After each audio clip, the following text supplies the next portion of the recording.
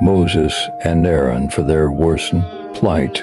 Moses, feeling the weight of their suffering, cried out to the Lord, "You have not rescued your people at all." But God replied with a promise of deliverance, sending Moses and Aaron back to confront Pharaoh. In Pharaoh's court, Aaron's rod transformed into a serpent, a sign from God. Pharaoh's magicians replicated the feat, but Aaron's serpent swallowed theirs. Yet Pharaoh's heart remained unyielding. The following morning, Moses and Aaron waited by the river for Pharaoh. With a divine command, Aaron turned the Nile's waters into blood, but Pharaoh's heart hardened further, refusing the Israelites' release. God then unleashed a series of plagues upon Egypt, each more terrifying than the last. Frogs invaded every crevice of the Egyptians' homes, but Pharaoh's promises to release the slaves were empty. Lice tormented both man and beast, and swarms of flies filled the air. Livestock perished, boils afflicted the Egyptians, and locusts devoured the land's greenery. Darkness enveloped Egypt for 3 days, yet Pharaoh's resolve did not falter. God's final, most grievous plague was to strike at midnight, claiming the firstborn of Egypt.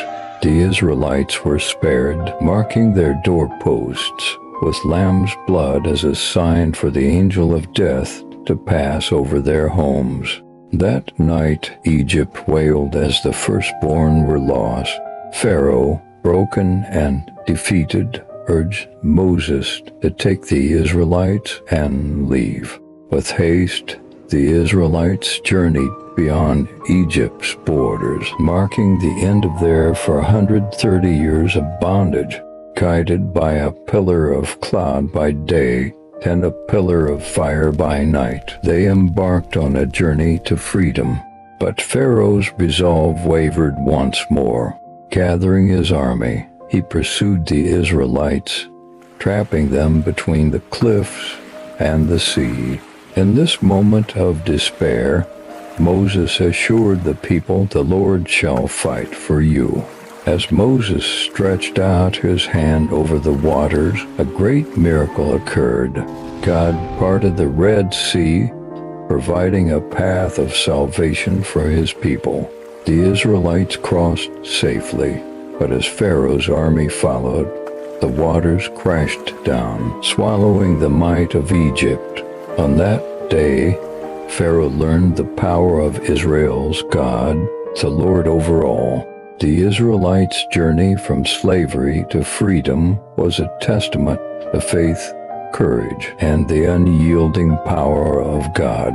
Goodbye, Pharaoh, for the God of Israel had triumphed, leading his people to a new dawn. And so the story of Moses and the Israelites' exodus remains a beacon of hope and faith, a tale of divine deliverance from the chains of oppression, echoing through the ages as a testament to the enduring spirit of freedom. The end.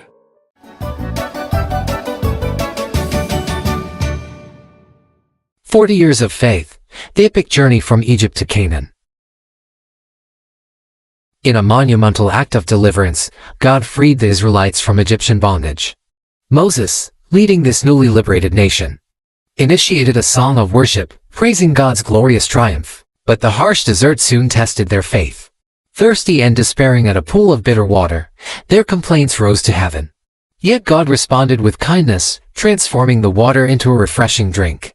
Their complaints didn't cease there. Reminiscing the food in Egypt, they lamented their fate in the desert. But God's providence was unwavering. Quails by evening and heavenly manna each morning became their sustenance. This manna, a sweet reminder of God's care, required trust in daily provision. Yet, some hoarded, only to find their stash spoiled. Except on the Sabbath, teaching a profound lesson in obedience and rest. God's protection extended beyond their basic needs. When the Amalekites attacked, victory was theirs as long as Moses held high the rod of God. This divine partnership was further solidified when God proposed a covenant, making them his special people, an offer they eagerly accepted. At Mount Sinai, Moses received the Ten Commandments, direct instructions on living a life aligned with God's will. But in a grave turn of events, the Israelites fashioned and worshipped a golden calf, inciting divine and mortal wrath. The shattered tablets symbolized broken fidelity. Yet God, in his mercy, renewed the covenant and instructed the construction of the tabernacle, a sacred space signifying his constant presence. As they approached Canaan, the land of promise, spies were sent to survey. Despite the land's bounty, only Joshua and Caleb trusted in God's victory. The majority succumbed to fear, their disbelief poisoning the entire community's faith, leading to a decree from God, a 40-year odyssey in the wilderness. A period of wandering reserved for a generation that witnessed miracles but harbored disbelief. This story, spanning from Exodus 15 to Numbers 14, not only recounts a physical journey but also charts a spiritual expedition of a nation learning to trust and obey their omnipotent, omnibenevolent God. The end.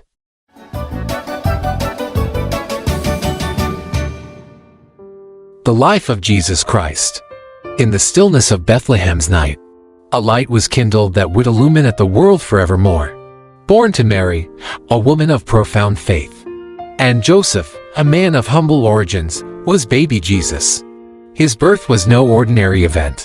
It was the fulfillment of ancient prophecies, heralding the arrival of the Messiah, a beacon of hope for all humanity. Word of this miraculous birth traveled swiftly, and settling King Herod, who saw in the newborn king a threat to his reign. In a dark decree, he ordered a massacre, hoping to extinguish this emerging light. Yet, under divine guidance, Mary and Joseph fled to Egypt, safeguarding the promise of salvation. Even as a child, Jesus' wisdom was unparalleled, captivating the learned men of the temple with insights far beyond his years. But it was not until the age of 30 that he unveiled his public ministry, a mission destined to transform the very fabric of human existence.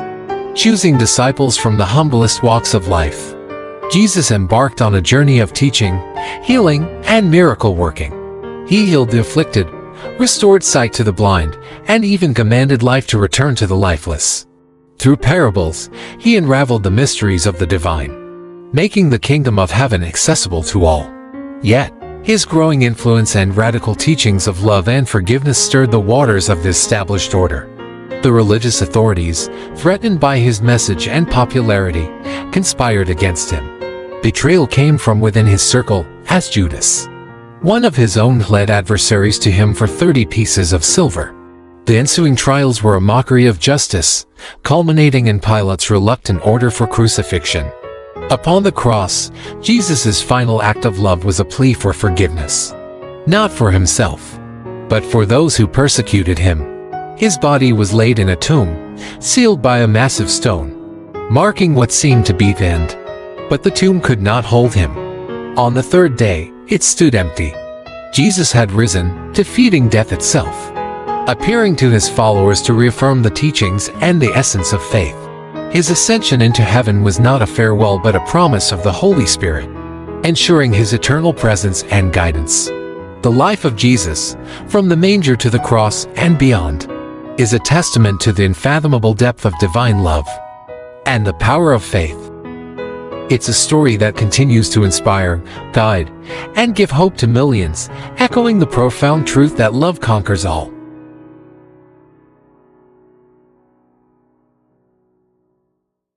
Joshua and the walls of Jericho. In the wake of Moses' passing, a new chapter unfolded for the Israelites.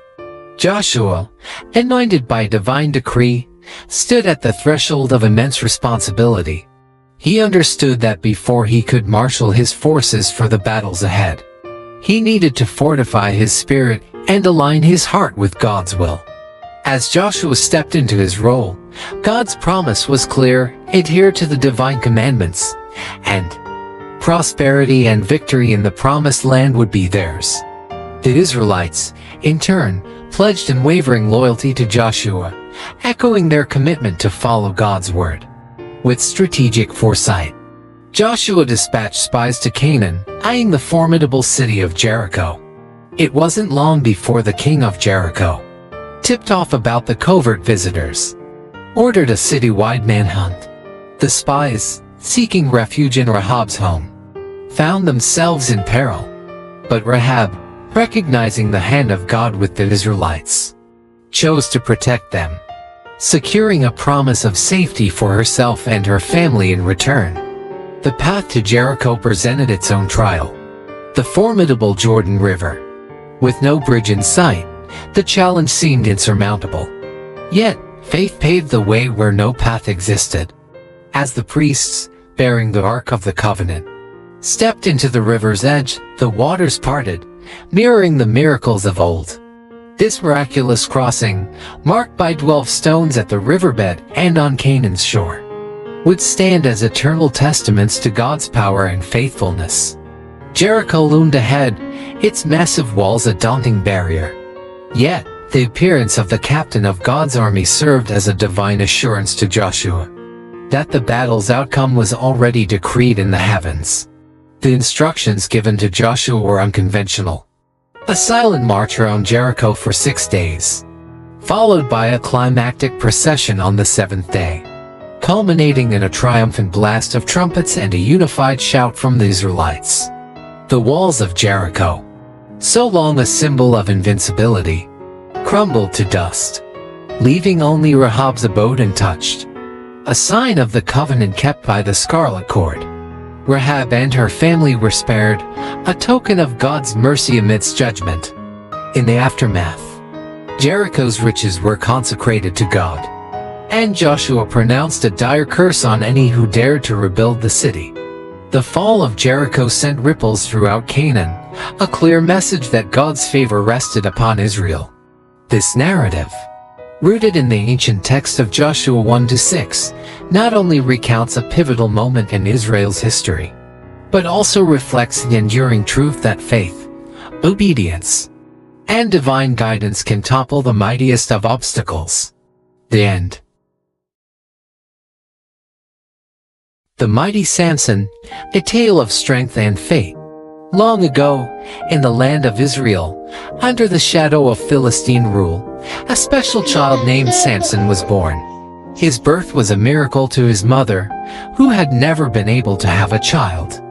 An angel visited her, announcing that she would bear a son who would be a Nazirite from birth. A Nazirite meant he was dedicated to God. The secret to Samson's extraordinary strength lay in a single vow. He must never ever cut his hair. As Samson grew, so did tales of his incredible strength. One day, while Samson was hanging out with a girl named Timnah, a scary big lion attacked him. He battled the fearsome lion with nothing but his bare hands, tearing it apart as if it were a mere piece of paper. This feat amazed all who heard it, showcasing the special power Samson had received from God. Samson's life was a roller coaster of thrilling victories and personal challenges. He frequently clashed with the Philistines, who were cruel to the Israelites. In one remarkable battle, fueled by rage, Samson used the jawbone of a donkey to defeat 1,000 Philistine soldiers, displaying his unbelievable strength, a gift from God. However, Samson's greatest challenge was not on the battlefield but in his heart. He fell deeply in love with a woman named Delilah. The Philistines saw their opportunity and coerced Delilah into uncovering the secret of Samson's strength. After many attempts, Samson finally revealed to her that his power would vanish if his hair were cut. His hair was his only weakness. One night when Samson was asleep, Delilah made a Philistine cut his hair. Samson lost all of his mighty strength and could not fight anymore. The Philistines captured him with ease, treating him harshly and imprisoning him after blinding him, marking the lowest point in Samson's life. But with every passing day of being locked up in prison, Samson's hair grew longer again, and with it, a glimmer of his former strength returned. One day, the leaders of the Philistines gathered in a huge temple to celebrate. They were happy because they had captured Samson finally. The temple was packed with people, even on the roof. About 3,000 people came to see Samson, including all the big bosses of the land. Samson, with his hair starting to grow back, was brought in. He was locked up with chains on the two big pillars of the temple for everyone to see him. He was tired, but he still had faith in God. His hair that had been growing back was the secret to his super strength. Samson prayed for one last burst of power and felt his strength return. Then, he pulled the two pillars with all his might. The whole temple came crashing down, destroying everyone, including Samson. After everything settled, Samson's family came and took him to be buried near his dad Manoah. People say Samson's tomb is on a mountain in Tel Tzor located near present-day Jerusalem. Samson's story remains a powerful narrative about the consequences of our actions and unfailing strength of God even in our weakest moments. The end. Gideon's brave heart, the battle against the Midianites. Once upon a time in the land of Israel, after a brave leader named Joshua passed away, the people forgot about God. They stopped praying and didn't follow his ways anymore. This made God very sad, and because of this, he allowed the Midianites, not very nice neighbors, to cause trouble. They burned down houses and farms, making it so hard for the Israelites that they had to live in caves. But there was one man, Gideon, who still tried to do his best. He secretly grew some wheat to make bread for his family. He had to be very sneaky and thresh his wheat in a hidden spot near a wine press to avoid the Midianites. One day, while Gideon was working hard, an angel came with a special message from God. The angel told Gideon that God wanted him to do two big things. First, God wanted Gideon to knock down his father's statue of a false god and build an altar for the true God. Gideon was scared but did it anyway because he knew it was the right thing to do. The second thing was even scarier. God wanted Gideon to lead an army against the Midianites. Gideon couldn't believe it. Me, lead an army, he thought. So, he asked God for a sign to make sure God was really with him. He put a piece of wool on the ground and said, "If the wool is wet with dew in the morning but the ground is dry, I'll know you're with me." And guess what? The next morning, the wool was soaking wet, but the ground was bone dry. But Gideon was still a little unsure, so he asked for another sign. This time, he wanted the ground to be wet and the wool to be dry. And God did it again. Now, Gideon knew for sure that God was with him. Gideon started with a big army, but God had a surprising plan. He told Gideon he only needed 300 men to defeat the Midianites. God wanted to make sure everyone knew it was his power, not theirs, that saved them. Even though Gideon was still a bit scared, God gave him a little sneak peek of the Midianites being afraid of him. Gideon and his tiny army then did something very clever. They took trumpets and jars with torches inside and surprised the Midianites in the middle of the night. They made so much noise and showed so much light that the Midianites got scared, ran away, and even fought each other. After this big win, the people wanted Gideon to be their king, but Gideon knew the truth. "I won't be your king," he said. "God is the only one who should rule over us." And that's the story of how Gideon, with just a little faith and a lot of help from God, saved his people. It teaches us that even when things look really tough, if we trust in God, we can do amazing things, just like Gideon did. The end. The Divine Genesis Adventure, Part 1. In the very, very beginning, there was just darkness and quiet, like a giant, cozy blanket wrapped around the universe. But then, with a twinkle in his eye, God whispered, "Let there be light." And suddenly, the darkness vanished, making room for the most spectacular show on earth. The Divine Genesis Adventure. God smiled and called the bright part day, and the cozy dark part night. And guess what? It was only the beginning of this incredible adventure. On the second day, God decided to create a masterpiece. The sky, so big and blue, like a gigantic playground for the clouds. He named it Heaven, and it became the coolest blanket fort ever as the Divine Genesis. Adventure unfolded. God scooped up the waters and gave the land a big, welcoming hug. "Hello, Earth," God cheered. The waters became seas, and the land was named Earth. God giggled and said, "It's fantastic." Now, on the third day, God got artsy. He painted the ground with vibrant colors, making flowers, trees, and grass dance together in a joyous parade. Each tree had its own special fruit, and God thought it was the most dazzling garden ever. The fourth day brought the grand light show. God placed the sun to play tag with the clouds during the day, the moon to peek out at night, and the stars to twinkle like the friendliest fireflies. The sky turned into a magical canvas painted with celestial wonders. But wait, there's more. On the fifth day, God threw a party in the oceans and the sky. Playful fish and graceful birds, and God blessed them with the best dance moves and flying tricks. Be fruitful and multiply. God cheered, and the party went on. Now, for the most exciting part, the sixth day. God created land animals, each with its own quirks and charm. Lions roared, monkeys swung, and butterflies fluttered. But then, in the spotlight of the divine Genesis adventure, God created humans, Adam and Eve. God shaped them with love, like the most fantastic sculptures.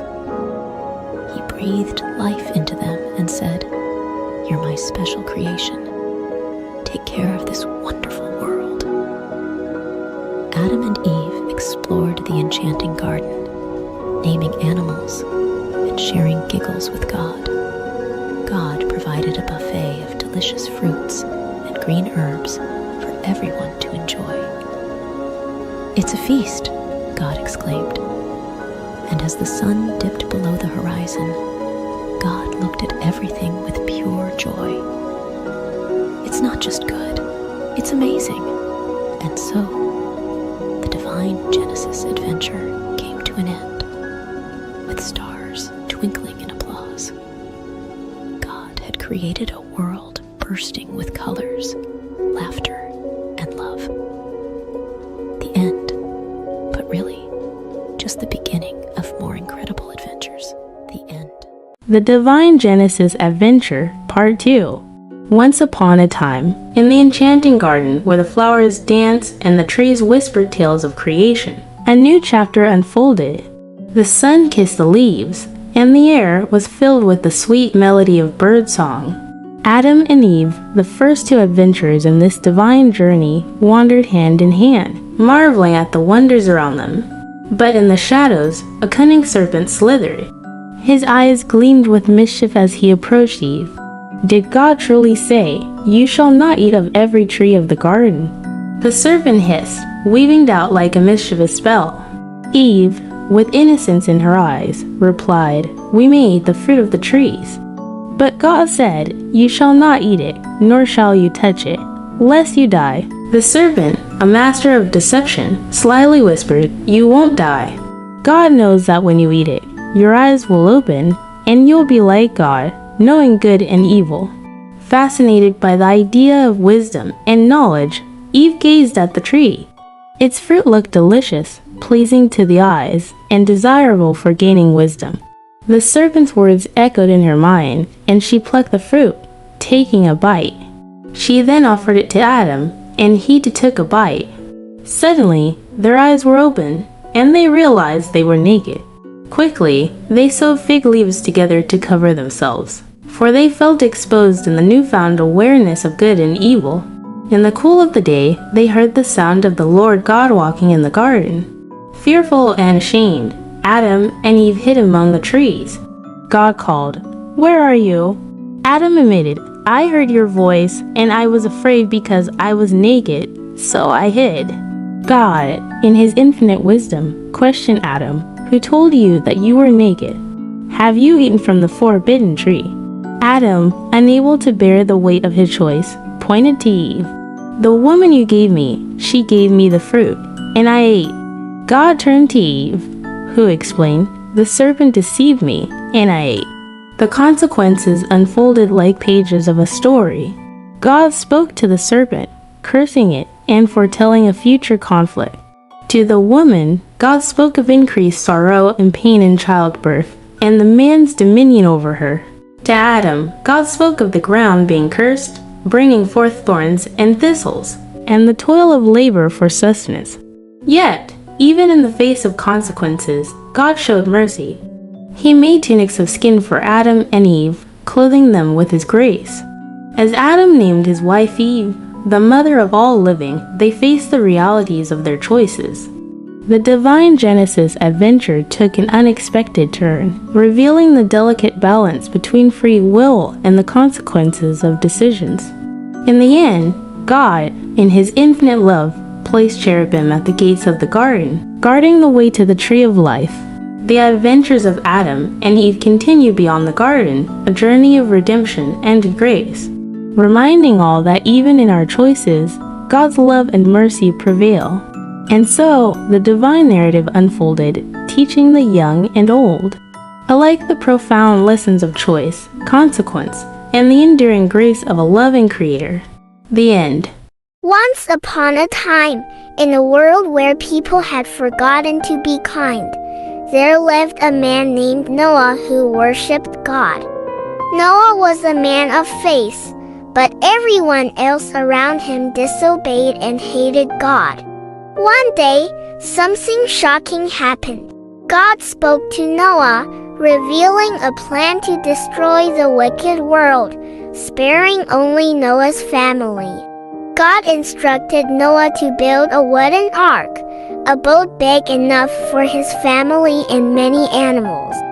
Noah got to work, following God's exact instructions. Probably, people mocked Noah as he explained why he was building an ark. But Noah kept building, also spreading the word about God, though nobody listened.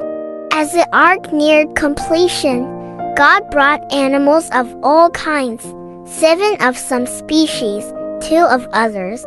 Birds and beasts, tiny and tall, all made their way to the ark. Perhaps people shouted insults at Noah, but they did not stop sinning against God. They did not ask to enter the ark. Finally, all the animals and birds were aboard. God invited Noah and his family into the ark. As they entered, God shut the door. Then the rain came, a great downpour soaking the earth for 40 days and nights. Floodwaters covered towns and villages. The ark floated on top of the rising waters, sheltering Noah from the flood.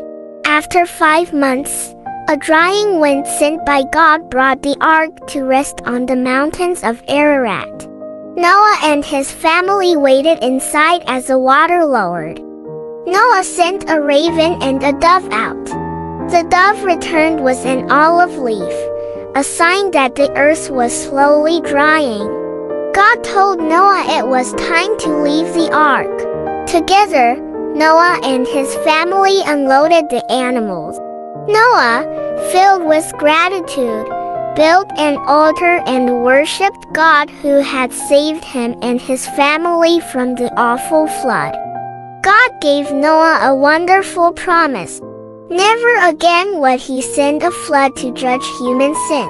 As a great reminder of this promise, God gifted the world with a rainbow, a beautiful sign of his covenant. And so, Noah and his family found new beginnings after the flood. In time, his descendants repeopled the whole earth, and all nations came from Noah and his children.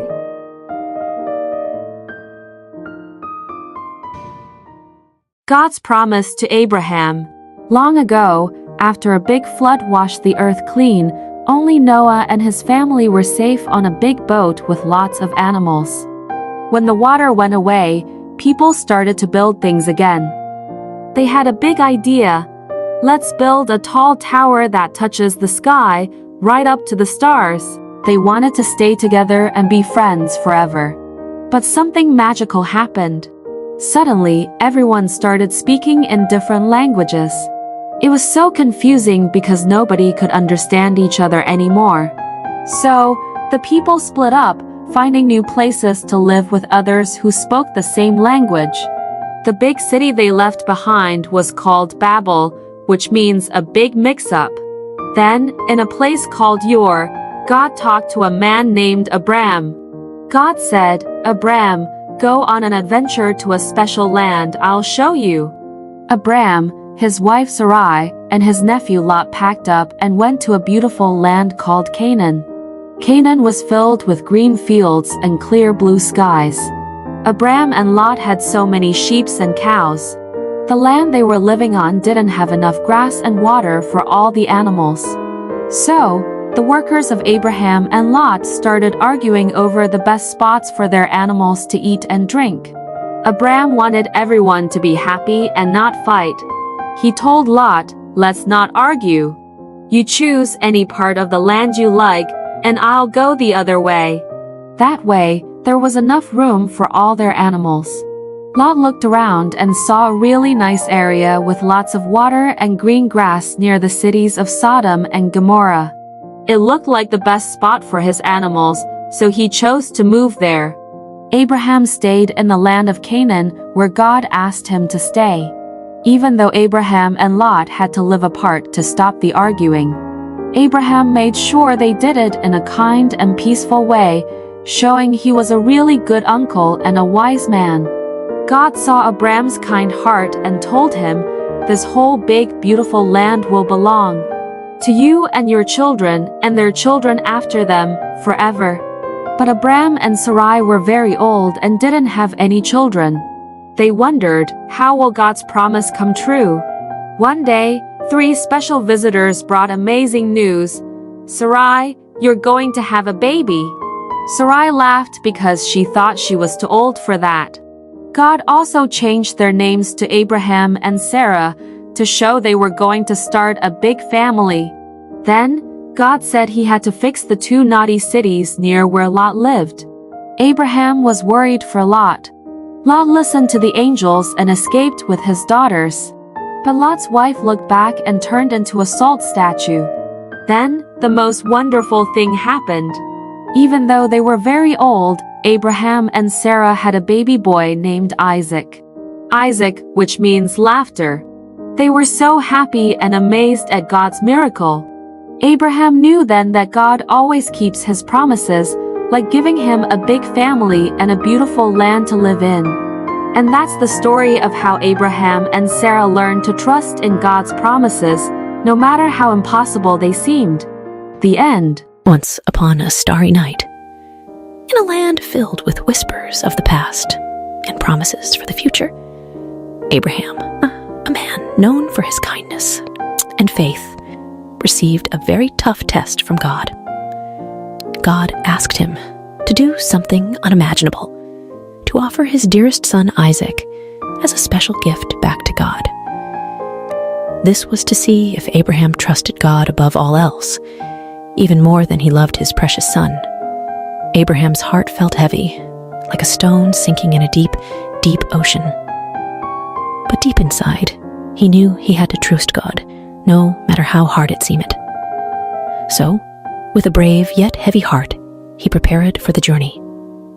As the first light of dawn painted the sky in soft hues of pink and orange, Abraham, Isaac, and their 2 faithful servants set off on a journey filled with uncertainty. Abraham carried the fire and a knife, while Isaac, unaware of what was to come, carried the wood for the fire. As they neared the mountain that God had told them about, Abraham asked his servants to wait for them at the foot of the mountain. "Isaac and I will go up to worship, and then we'll come back to you," he said with a gentle smile. Climbing the mountain, Isaac, with a curious twinkle in his eye, asked, "Father, we have the wood and the fire, but where is the lamb for the offering?" Abraham, with a heart full of hope, replied, "My son, God will take care of it. He will provide the lamb for the offering." reaching the top, Abraham built an altar, the most difficult one he ever had to make. He arranged the wood, and with a heart weighed down by a sea of emotions, he gently placed Isaac on the altar, ready to show God that he trusted him completely. But just as Abraham raised the knife, a voice as powerful as thunder, but as gentle as a whisper, stopped him. "Stop, Abraham." It was an angel sent by God.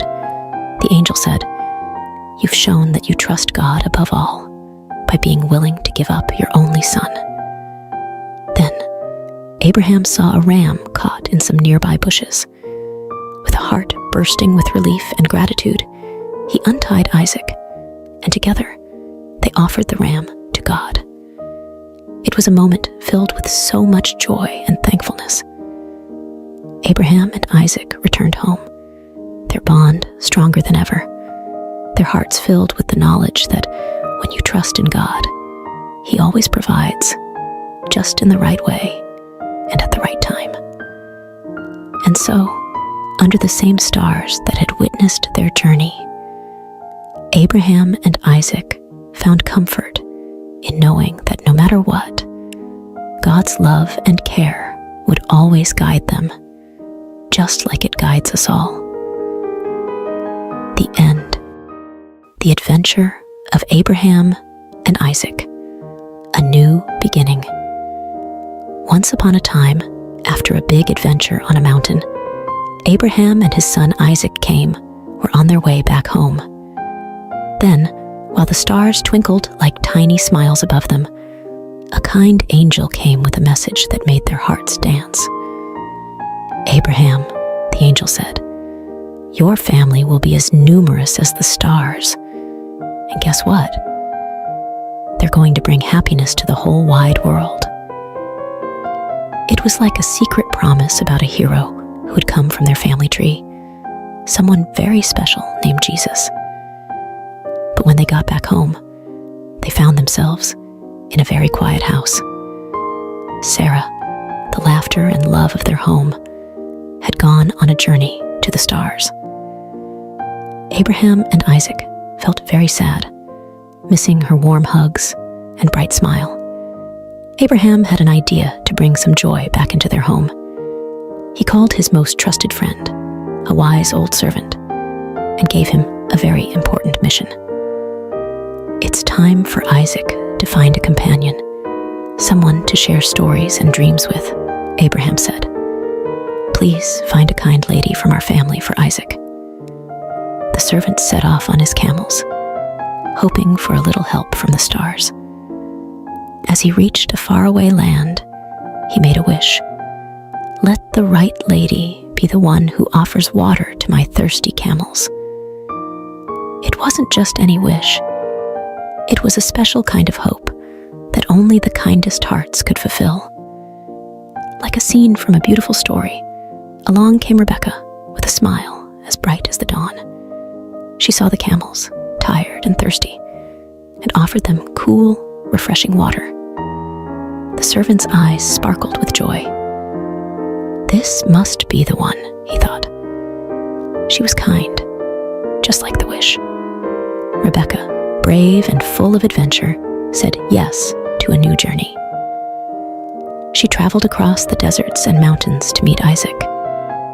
When Isaac saw her, it was like spring had come to his heart, filling it with flowers and sunshine. Rebecca's kindness and laughter brought new stories and dreams to their home. Isaac and Rebecca, hand in hand, started a wonderful adventure together, full of love and promise. And so, the story of Abraham, Isaac, and now Rebecca reminds us all. After every big adventure, after every sad goodbye, there's always a new beginning, a chance for love and joy to grow again, just like the stars that twinkle in the night sky.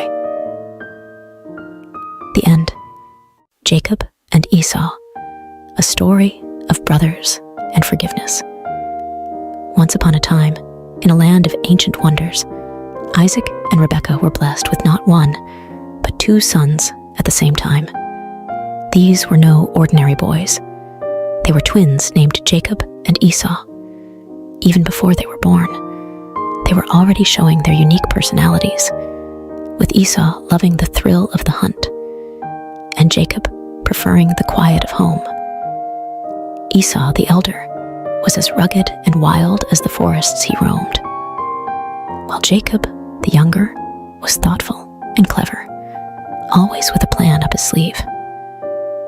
Their parents loved them dearly, but each had a favorite, which brewed a little competition between the brothers. One day, as Esau returned from his adventures, famished and weary, Jacob saw an opportunity. He offered Esau a simple meal in exchange for his birthright, the special status of the firstborn. Esau, thinking little of the future, agreed. This moment would change the course of their lives in ways they couldn't imagine. As the boys grew, so did their rivalry, especially when it came time for their father Isaac to bestow his special blessing. Rebekah, who adored Jacob, devised a plan to ensure her favorite son received this honor. With a bit of disguise and a daring heart, Jacob tricked his father and received the blessing meant for Esau. Realizing the deception, Esau was heartbroken and filled with anger. To protect Jacob from Esau's wrath, Rebekah sent him far away to her brother Laban's house, hoping that time would heal the rift between her sons. Jacob's journey was not easy. He worked tirelessly for Laban, enduring trickery and toil, all for the love of Rachel, Laban's daughter. Yet, through these trials, Jacob grew wiser and kinder, learning the value of honesty and hard work.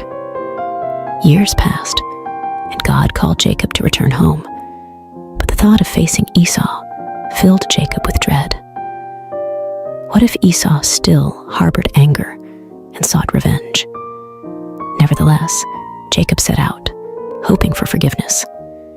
As Jacob neared his homeland, he prepared for the worst. But to his surprise, Esau greeted him not with anger, but with open arms. The brothers embraced, their past grievances washed away by tears of joy. It was a moment of true reconciliation, proving that love can overcome the deepest divides. Together again, Jacob and Esau showed us that it's never too late to mend broken bonds, and that forgiveness is one of the greatest gifts we can offer. The end. Joseph's journey, from dreamer to dreamkeeper. In a land where families were as vast as the stars, Isaac's heart was full of joy as his son Jacob returned home. Even Esau, who once harbored anger, welcomed Jacob with open arms. But not all was peaceful, for Jacob's sons felt a storm brewing in their hearts, troubled by their younger brother Joseph, who was clearly the apple of their father's eye. Joseph, with his bright, colorful coat, a gift from Jacob, was a dreamer. His dreams, however, sparked flames of jealousy among his brothers. In one dream, Joseph saw his own sheaf of grain standing tall, while his brother's sheaves bowed down to it. In another, the sun, moon, and even the stars bowed before him. These dreams whispered of a future where Joseph would rise above them all, even his parents and brothers. One day, Jacob sent Joseph to check on his brothers in the fields. As he approached, their jealousy turned to dark whispers of getting rid of the dreamer. Reuben, the eldest, suggested they put Joseph in a pit instead, secretly planning to save him later. But while Reuben was away, a caravan heading to Egypt appeared. Judah, another brother, proposed they sell Joseph instead of harming him directly. And so, for 20 pieces of silver, Joseph's fate was sealed, and he was taken far from his homeland, his heart heavy with sorrow and fear. The brothers deceived their father, representing Joseph's colorful coat, now stained with goat's blood, letting Jacob believe his beloved son was gone forever. Jacob's grief was a deep well of sorrow, with no one able to console him. Meanwhile, in Egypt, Joseph found himself a slave in Potiphar's house. Despite his hardships, Joseph's diligence and trust in God shone brightly, earning him Potiphar's favor and the position of chief servant. But just as things seemed to be looking up, Joseph faced a new trial. Potiphar's wife, with dishonest intentions, falsely accused Joseph, leading to his unjust imprisonment. Even in the depths of a dungeon, Joseph's spirit remained unbroken. He understood that through all trials, honoring God was his true strength, a beacon of hope that illuminated even the darkest of places. The end. Joseph's journey from prison to palace. Once upon a time, in a far-off land called Egypt, Joseph found himself in a dark prison, wrongly accused by Potiphar, his former master.